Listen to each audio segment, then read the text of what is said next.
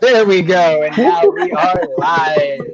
Ooh, in the Oh, pre-live dance party. We're going to be We're talking live. about funk today. Funk, We're funk. going to be, because everybody got the funk today. It's midweek. We're tired of being home. We got the funk. But you know what? Gather round, kids. It's time for another one of our not quite famous, but magically delicious live stream episodes. I think this is number 18 in the countdown to Bow Tie Up Live, I think. And we actually gave this one a name, didn't we? I know we came up with it, and Alex and I worked on this morning. We're calling it Fight the Funk Home Food for a Brand New You. Is that not a funkadelic name or what, man? Man, that's funky. Awesome. Gets me into the groove. We had a pre-live dance going on, playing some Yeah. funk up here. It was great, setting the mood for everybody. Rock on. All right, so we're done with that. It's a beautiful thing. You know what else? You know what else is a beautiful thing? That a foul-mouthed, bow-tie-wearing, curmudgeonous copywriter can manage to lure in such amazing live stream guests, exactly like our guest today, Melissa Kirkpatrick. How are you today? I am wonderfully. Thank you for having me on the show. Good to see you, Alex, as well. Awesome. Well, it's an absolute pleasure having you on the show. Before we get started, could you tell our audience a little about you? Well, I am a life coach that is supporting others to go from stuck to unstoppable, taking that mindset, that motivation, and that drive and making a true transformation of what they're currently living and what they want to be living as in their best life now. And so I support them on that journey and give them some tips and tricks and accountability and support and things that just really let them go from being more than what they are right now in their life, making more of it. Fantastic. Well, thank you. And again, thank you for being on the show. I also want to welcome Alex McDowell, who is the brains behind this whole shindig here, at least in the technical sense. He's the founder at A3 Innovation and partner at Real Impact Solutions. Alex, what's going on, my friend? How's it going, Lee, Melissa, everybody out in the audience, all of my favorite people? If you do not know me by now, my name is Alex McDowell, founder at A3 Innovation and partner at Real Impact Solution. And what we do is we leverage technology to make businesses a better place. So at Real Impact Solution right now, we're leveraging robotic process automation and implementing organizational automation strategy and practices to help your business be streamlined and operational during this time when we're all worrying about business continuity. So really helping people out and being able to make a difference there. And it's been absolutely tremendous. Well, thank you, and it's been an absolute joy having you on the show. And since you've gone, we've been able to have tickers and banners and all kinds of fancy stuff, and I don't have to try to figure it out with my little pea brain. So thank you so much for everything that you do and that you bring to the show. This is all about human empowerment. This is all about being your most impeccable you. So, I'm so glad that we're talking about this today and that we have, again, so thank you for joining us. So, we alluded to the whole thing in the beginning, but like with everything that's going on, we've got to find ways to push through this, right? I mean, and it's a big disruption for so many of us, and we find ourselves just in a state of blah. So I have introduced a new ticker, Lee. Let's stop the show to say hello. This is how I am going to alert everyone that we need to say hello to some of our fine and phenomenal audience members today. And joining us just in the first couple of comments, we've got Hannah, who is with us pretty much every stream. So lovely to see you, Hannah. I hope we can make your trip to the supermarket a little better of a place.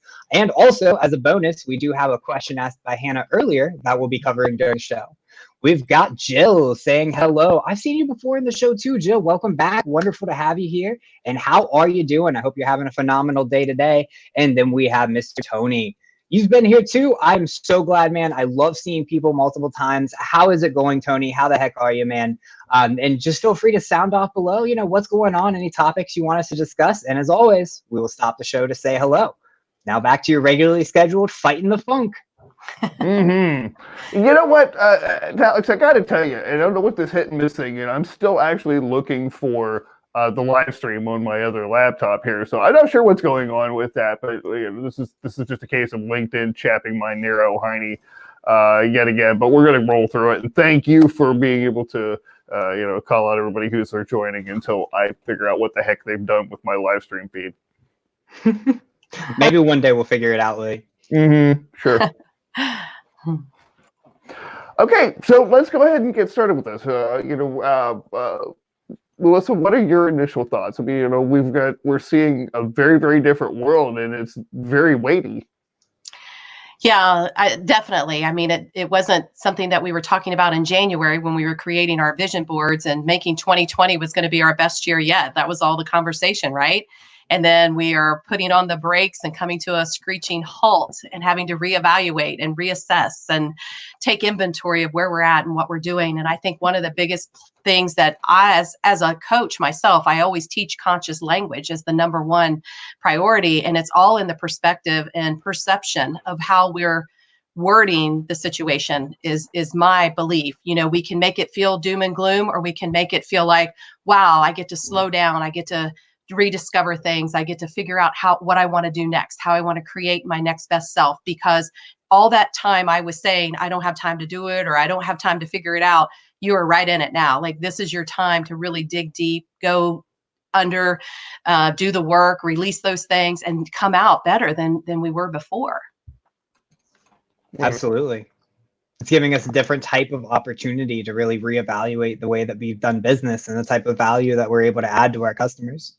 I think another interesting thing that's coming out of this is the new services. As businesses are being forced to shut down for a month's time and they're trying to make payroll and keep their employees paid and happy, they're examining new ways to implement digital-based services, like yoga instructors who are doing digital yoga or digital personal training. Things are going touchless, they're going contactless, they're going socially distanced. And we're having to really evolve with that change and structure and restructure our businesses to fit in with that. Yeah, absolutely. It's such an important thing. We're seeing so much of that from those of us who understand the opportunities, because as you say, Melissa, there is a lot of doom and gloom out there, but there are just tremendous opportunities for those of us who are willing to. And I don't want to trivialize anything. This is a very serious matter, and we should be looking at it as such. But we can't let it destroy us, because that's just not who we are. As a species, that's not what we're meant to do. And so we're finding ways around that. We're finding opportunities within it, as Alex says, and it's tremendous. It's exciting for those of us who do it. But again, it can also be stifling. For a lot of times, for the first time, people that I've talked to, people who are used to being on the road, in construction industries and in hauling different industries, and like suddenly they're in the same house with their wife and kids 24/7, trying to figure out, 1, how to make ends meet, 2, how not to kill everybody, and 3, just,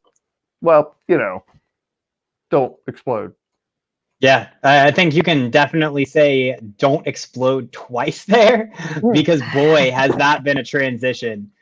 Even me personally, I went home from being at home just, with myself. I'd have my son, for 10-month-old son, mind you, for a couple hours in the morning, and then I would be able to get him over to grandma's or a babysitter, or what have you. And then my wife was at work full time. But now, with everything going along, it's just the 3 of us in the house. And, it's like, how do you really adjust to that? And how do you, shall we say, minimize distractions working from home? As we can see that our ticker has changed, ladies and gentlemen, and we are going to move into the wonderful topic of how to minimize these distractions when working from home and not explode. Yeah, for sure. My biggest thing, when we got out of the golf industry, we owned and operated golf courses for 12 years. And then I went into being full-time in my coaching business, and I'm at home behind a computer. So I was already okay with being at home. It was the distractions that kept me from engaging in my work. It would be like, oh, well, maybe I will do laundry, or maybe I will do the dishes, or maybe I will, and so having the distraction sometimes isn't people, it's our own mind. It's in our own thinking, like, oh, I haven't eaten in an hour, maybe I better go get a snack, or we tend to make those more of a priority. And for me, it's all about that balance of saying, what I miss right now with this is I'm not out and about And I didn't recognize how many like networking groups I go to, how many one-on-ones I go to and stuff like that. So that piece has been different for me, but the working from home is still the same. So I really have to be conscious of waking up at a certain time or going to bed at a certain time, and then what I do in between that time. And some of it is I'm going to work for a couple of hours, or I'm going to book all my appointments on Wednesday, like really getting clear on how I can not let those distractions run the day. But believe me, they happen. They really do. They really do. So when it comes to managing those distractions outside of, really setting a schedule for yourself and sticking to that schedule, what do you do to avoid the urge to do a dish while you're in there making yourself lunch, or make yourself a new pot of coffee when you run into the kitchen or to the bathroom and fill up your water, and do all of these little things that cost us so much time during the day? So how do you really make sure that you are eliminating and minimizing those distractions? Yeah, I don't know that there's a real cut or dry answer around that. I know in preparation for this, it was like, get the water, get the snack, get the, like planning those things prior to knowing I'm going to be in this room with you guys for a period of time. So maybe pre-awareness, it would be a way to look at it. Like, I'm going to do X, Y, and Z before I get settled in, because otherwise I'm going to be thinking about it the whole time. Maybe even jotting down as you're in the midst of things. Oh, I've got laundry in the washer, or I've got clothes in the dryer, or I need to do whatever. Like maybe making that list. I always call that a choice list instead of a to-do list, because it's easier to have a choice whether you do it or not. It doesn't always mean you're going to do it. So that's been one of my big conscious language awareness. It's a choice list. So that to me is another piece of it. You get to choose now that you're home how you want to spend your day, but you got to be strategic. You've got to plan it out. It's that I'm a shoot from the hip kind of girl, because that's just how I ran my life for years, especially being an owner of a brick and mortar company. And, I was the CEO and CFO and all that. So I could do it however I wanted. Now it's like, okay, we're in this all together. We've got to be very strategic, much more strategic with our time, with our money, with our engagements. So I am going to bounce back to that, because you absolutely brought up some tremendous points that I do want to highlight, but we have to stop the show to say hello to a couple of our viewers. So Mr. Matthew Perkins jumping in here with us and saying that he loves the ticker. I do too. Tickers are probably my favorite part of the show. So wonderful to see you, man. Great to see you in here. And thank you again for Matthew as bringing some really cool ideas. And I'm actually personally really excited to get to know him a little bit better. And then we also have April jumping in and saying that she loves working from home with 9 children. As the oldest of 9, I have little sisters in the amount of 8. I can say that I think there's a slight bit of sarcasm there, because I do not like working with 8 little munchkins running around screaming, pulling your hair, and wanting coffee, which you have to tell them no, getting them chocolate milk instead. So I don't know how you're managing that, April, but my heart goes out to you, and hang in there. I love it. So as promised, we will get back to your regularly scheduled interruption. And Missy, Melissa, I call her Missy because of her email thing, just a tech thing. Don't bother me. But you brought up 2 incredible points that I really want to talk about, which is cognizant language in your choice list, and also being strategic. And I think those are incredibly important, because if you're more strategic about how you approach the day, you will do things like prepare your water before you go into a meeting so that you have it and you don't have to interrupt the meeting. When we're going out and about to meet somebody, we just get a coffee when we get there. But now if we know we're going to have to be on a Zoom call, we've got to do everything beforehand, and really being strategic and prepared. So maybe elaborating on some of the things that you can do to be more strategic. And then also with the choice list, man, I love the language that you use. It's one of my favorite things about you. You're always so careful with it, and it really, really is meaningful. So just maybe talking a little bit more about that choice list and how you really make those choices, because it really is a choice at the end of the day as to what we're going to do, not do. We only have so much time. So walking through how to even structure that, create that, and ensure that we're staying true to it. So the choice list really came about for my own personal self, because it really went back to delegating. What can I delegate to someone else, and what can I do for myself? So the choice was, do I choose to do it myself, or do I choose to delegate it? So then it evolved into my daily list of what I'm going to choose to do personally. So everything's delegated that can be delegated, but then for me. So if it is, I need to make 10 telephone calls, the choice is, am I more productive in the morning or in the afternoon? Am I more productive on Monday, or am I more productive on Wednesdays? So the choice is actually a series of questions to really get you more aligned with what feels better. Then I have one of these amazing little Sunday through Saturday pages that I can say, if I decide I'm going to make those 10 calls, today's Wednesday, but I'm going to do a Monday of next week, I'm going to put that in my Monday slot on there and just call 10 calls on Monday. So my choice now is that will be Monday. I don't have to think any more about it. Now, what's the next item up for attention? What do I need to do next? Does that make sense? Does that? Yeah. Yeah. I think that's great. Yeah. Do you do that on like a daily or a weekly basis, or how often do you revisit your choice list? So one of the things that this choice list helped me with was my social media posting, like what I was going to offer each day. So like Wellness Wednesday or Journal Friday or Shout Out Saturdays. Like that was one of my key things. So every day I knew already what my content was going to be around. So that is only evaluated once and I was done. For my weekdays, after I look at my meetings and my appointments, then I go into what is it that I also would like to get accomplished. So I can generate a list that's pretty lengthy because I can put everything down there. Then it's like, okay, I'm going to try to schedule a day to 2 days in advance, maybe a week, but it really isn't a matter of reevaluating it. It once you learn the choice of it versus the to-do of it, it's almost magical. It's almost like you don't commit to something because you know it was a choice. And when you do make a commitment to it, you do it. Like it's not, yeah. But things will get bumped. I mean, my mom will show up unexpectedly because I work from home. So yeah, I'll just drop in whenever. And that may throw you off a little bit on some of the things you wanted to get accomplished, but it just maybe gets accomplished a little bit later in the day. And does that let you, what I'm getting out of that is not only is that going to help you to be more strategic with how you go about your day, and it's also going to help you manage the workload that you have, but also maybe make you feel a little bit less pressured about getting things done, absolutely, so that, you really can be prepared and manage those distractions, interruptions as they come out through the day, right?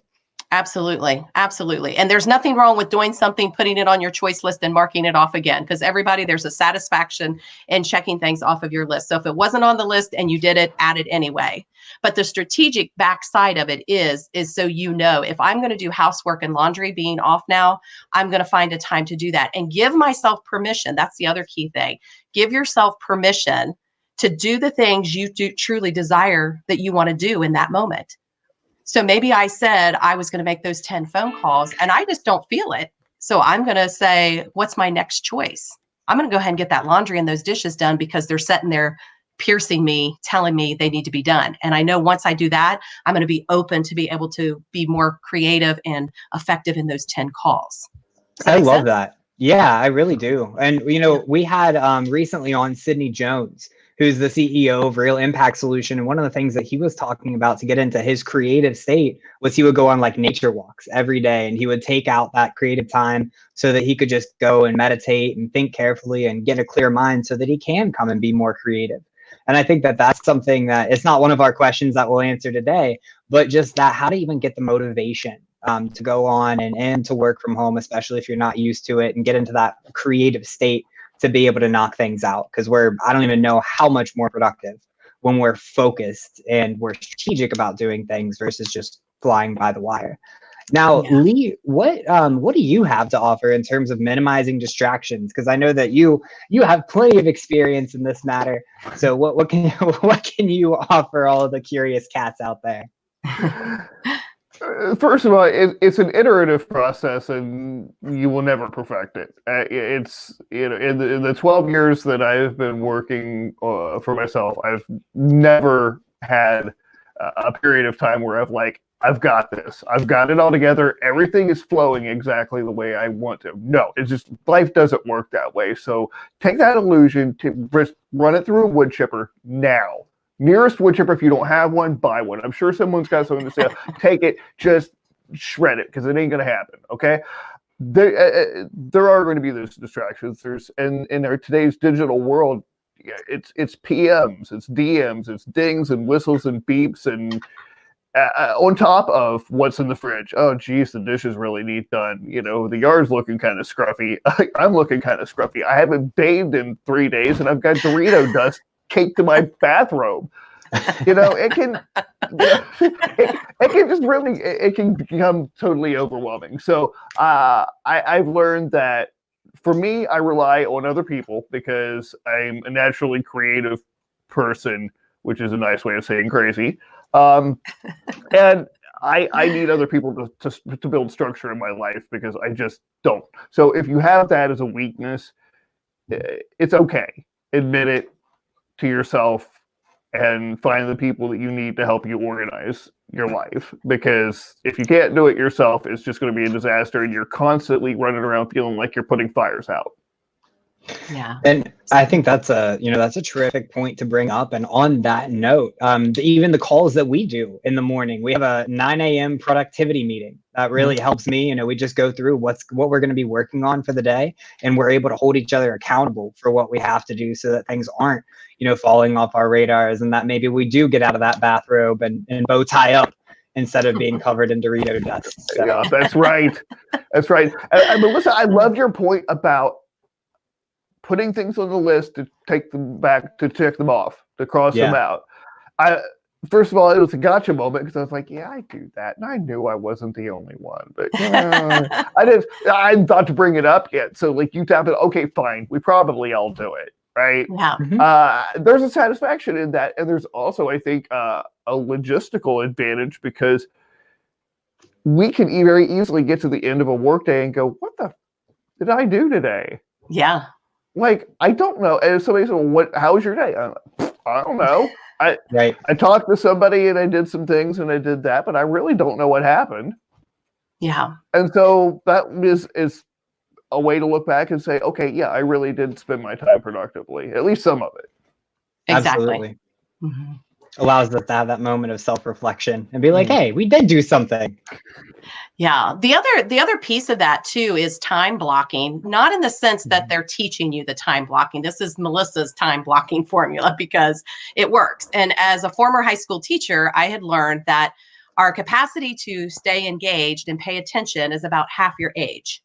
So if you think about that, if you're 40 years old, about 20 minutes is how much you're going to give me with full attention. If you're 10 years old, you're going to give me maybe 5. And if you're a 5-year-old, about 2 minutes, all you're going to get. Does that make sense how that works? So when I learned that as a teacher, as a high school teacher, I recognized it in my own life that how do I expect to sit down and work 8 full hours without any interruptions, except for maybe a break and a lunch. So the time blocking for me is to say, I know I can work really well for 45 minutes. And then after that, it's hard. It's hard to stay engaged. So I look at the blocks as, so for instance, those 10 calls, I know I can probably knock those out in 30 minutes. So that's my time block. And then the reward, so to speak, after that is then what do I do? Do I get up and get a cup of coffee, take a walk outside, dust the Dorito dust off my gown? I don't know. Let's hope. But it's almost like a match play, kind of like a tennis match, right? I'm going to do this for this amount of time, and then I'm going to come over here and reset myself. Whatever, how much time, it could be 30 for 30, it could be 45 for 15, like however you want to do that. But even my clients have said that's been one of the key things that they feel like they're more productive because they know it's only 45 minutes, head down, get the work done, and then I get to breathe and reset and recharge. Yeah, that's even something that I've been struggling with lately. Is just that I've kind of been hit opposite by the world going into quarantine. Is that I've been getting a lot more work because being in tech, people need banners saying their offices are closed. They need to explore ad strategies because they can't get people in the door. They need to implement e-com in their website because they weren't able to take payments. So, really knowing how to block those things off and have that relief for myself of, whew, I can breathe. Okay, I'm going to focus on this. I've got my headphones on. This is what I'm doing. You get it done, and then get it off of your choice list, and then that you have that reward at the end of the tunnel. 10 more minutes, and I can breathe. I can get coffee. So I really love that. Yeah. I mean, we all like rewards, right? Even as little kids, we were taught, act and get rewarded. And that's really what it is. We're just adult versions of kids. So however that was for you as a child, you're probably going to work just as effectively as you did back then when you were programmed around, the grades, the snacks, the money, the good report card, all those things. It's the same thing we do as adults. We just don't give ourselves permission because we're like too cool for that, right? We think, I'm an adult. I should be working 8 hours a day, taking an hour lunch and 2 15-minute breaks, that kind of thing. And the game has changed. So I think that leads us effectively into this next ticker I'm going to update. I'm trying to go back and forth on which one we want to do. let's move on to the trap of working 24/7, because I think that fits right in. A lot of us aren't working those 8 hours in the day because we're working all day every day. Me, like, I never turn off. I always have my laptop. I'm always checking my emails, responding to emails, texting people at 3 a.m. And so how Thank you. do we, yeah, right, how do we really combat this trap? And this is a question from Hannah. So Hannah, if you're listening, thank you so much for the question. It's a terrific topic to talk about. So Melissa, how do you combat the trap of working 24/7? Believe me, it is hard. I mean, it is a challenge having that phone right there 24/7. I've turned it off. I've put it in other rooms. I've tried to shut down, and it doesn't feel possible.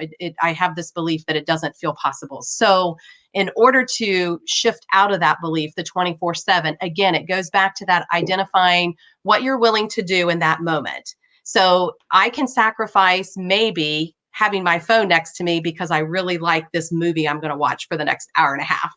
Or, like just finding those ways to say 24 hours in a day, but I'm going to eat or sleep 8 of those, hopefully. And then I'm going to take another 8 to work and then another, it's like that whole thing.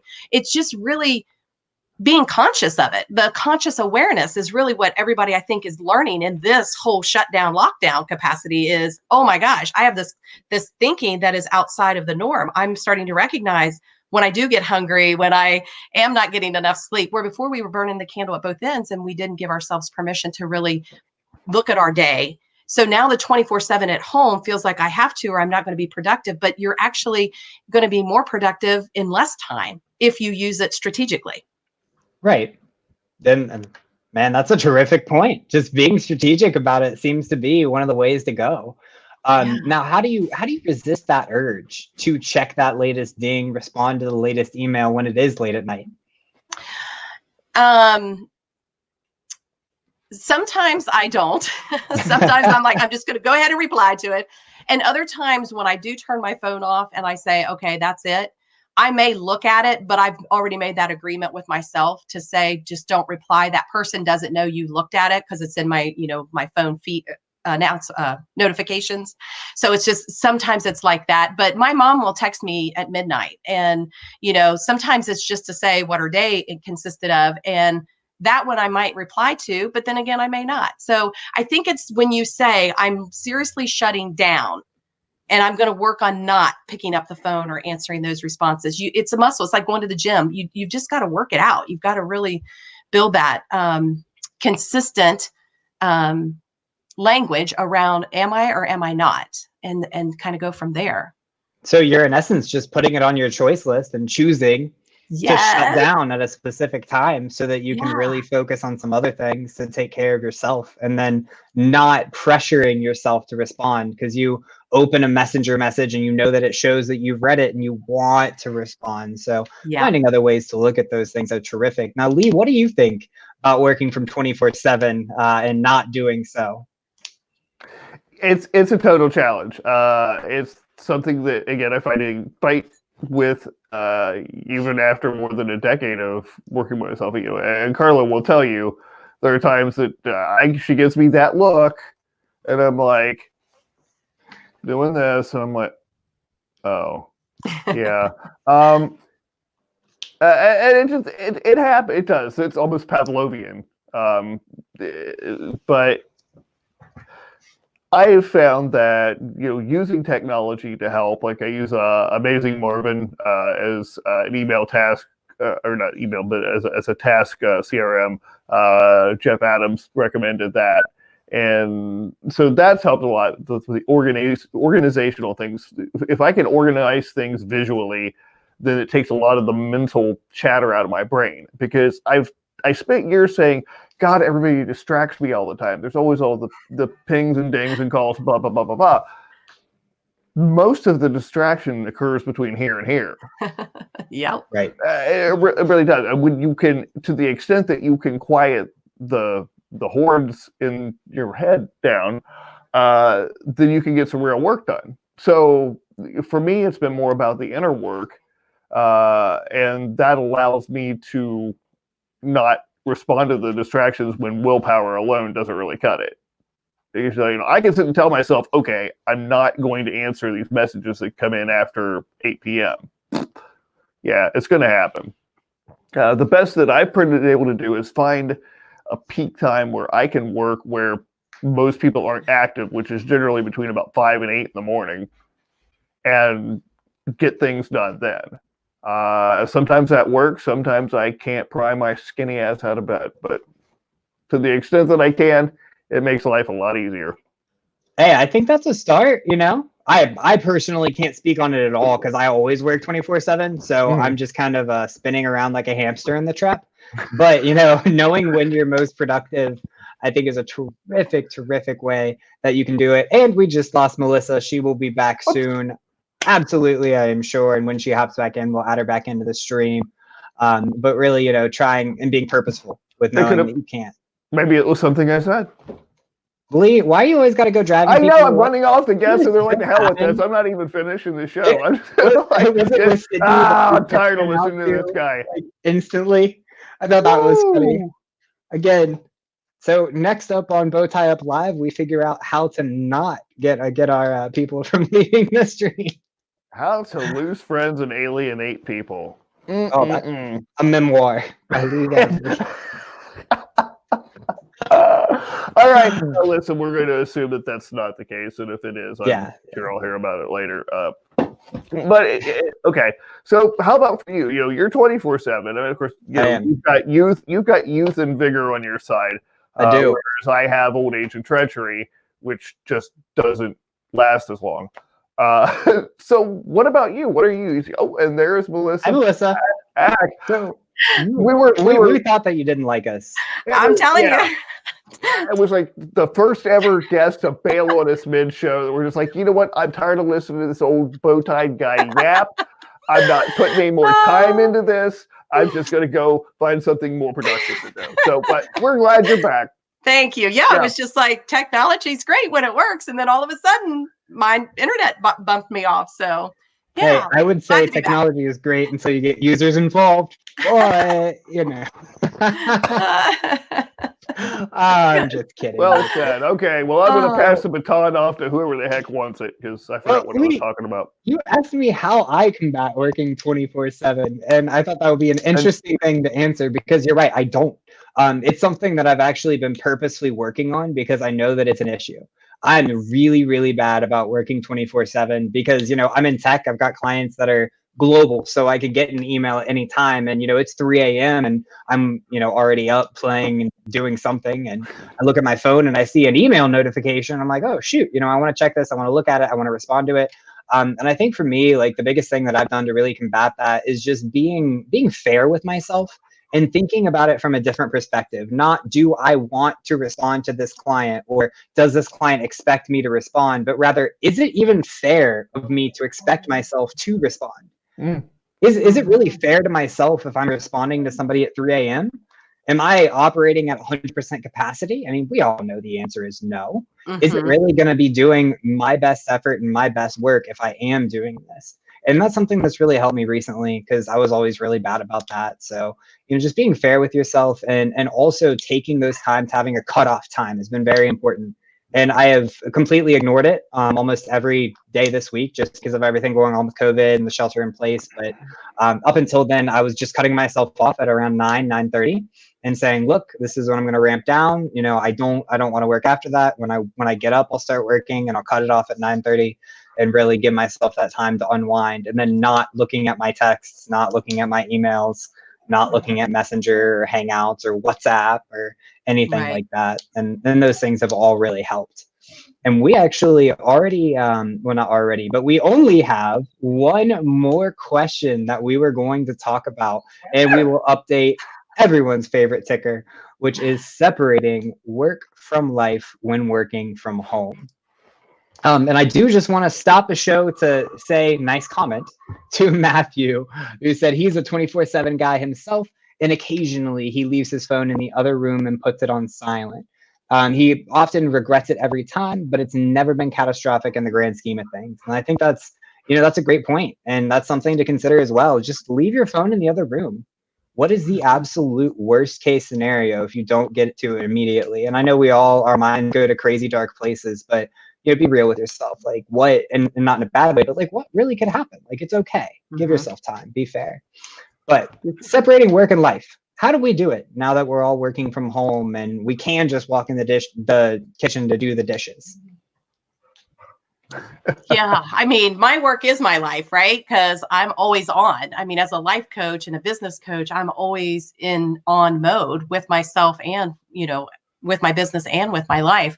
The separation, though, I think what you were talking about, Alex, when you were saying, responding at 3:00 in the morning, you're actually establishing rules, so to speak, for your business, and expectations are going to come from those individuals. Well, he answered at 3 a.m. Why would he not answer again at 3 a.m.? And we get into a really bad pattern of making that like what they perceive you to be. And then the minute you don't, then they start looking at it like, well, wait a minute, what's the deal with that?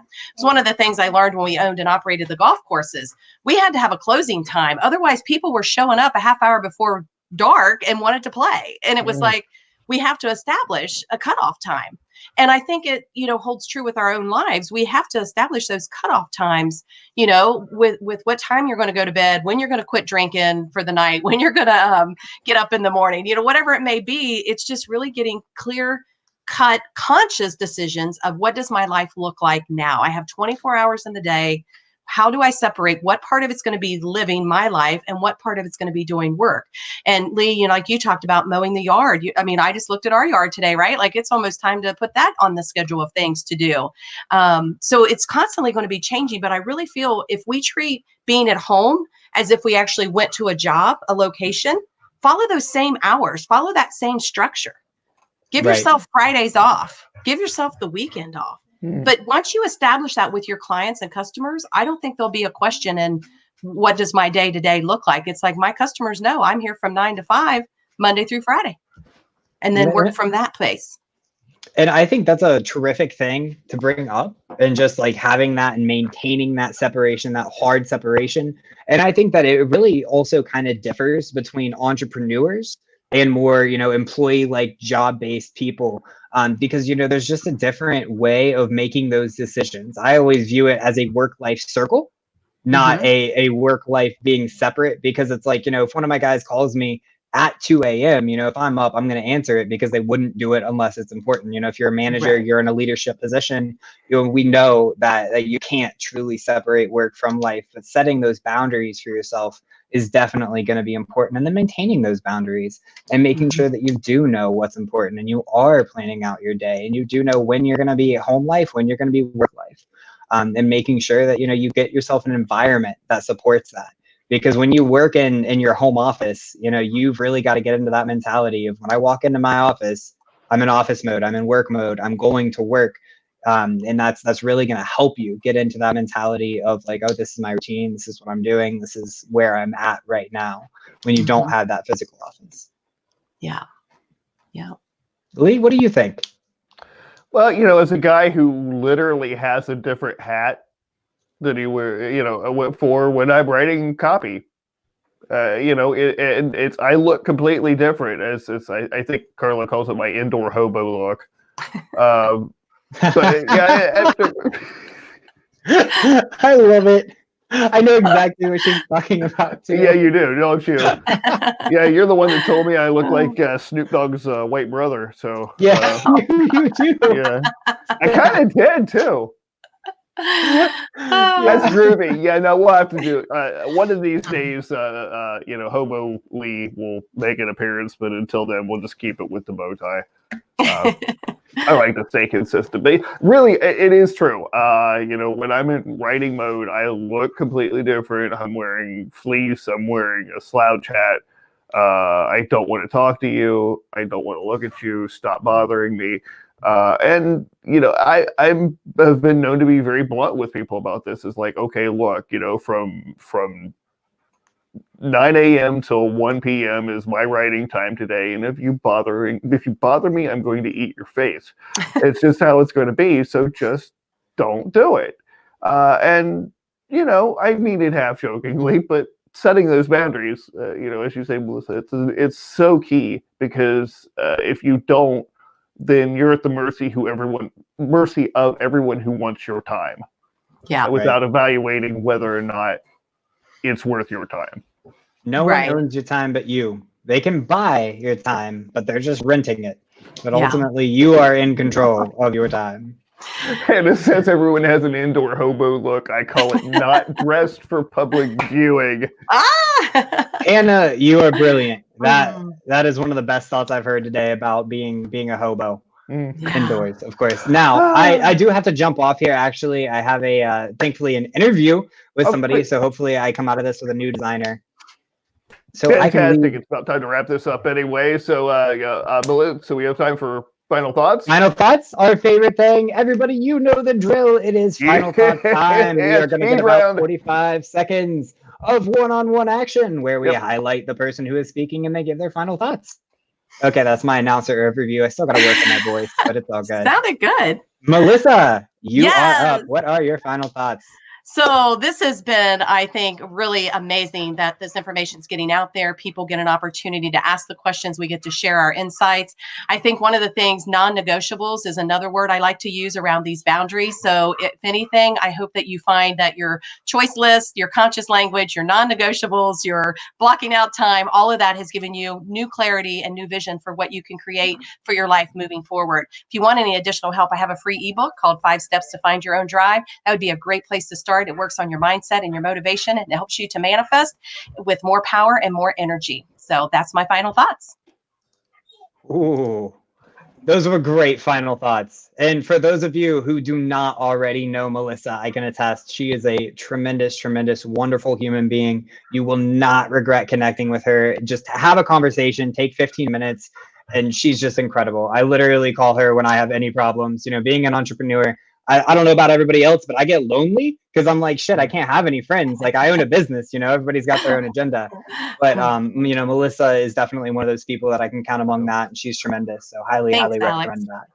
No problem. Thank you. I had to give a little plug, so I'll go ahead and appreciate jump in to my final thoughts here, and then we'll move on to everyone's favorite Lee Rowley. So thank you so much for everybody who has stuck with us for this time and for taking some time out of your day around 4:25 o'clock in the afternoon to stick with us. It's always fun, and you know, my final thoughts for the day, yesterday or the day before, I can't even remember. It was just focused on, you know, on being positive and on maintaining a good outlook, and I think that's still very important, you know. The last thing that I'd really have to say is just make sure that you're being cognizant of what's going on around you, and you are being emotionally considerate of those who are also going through things, because we are all in different circumstances entirely.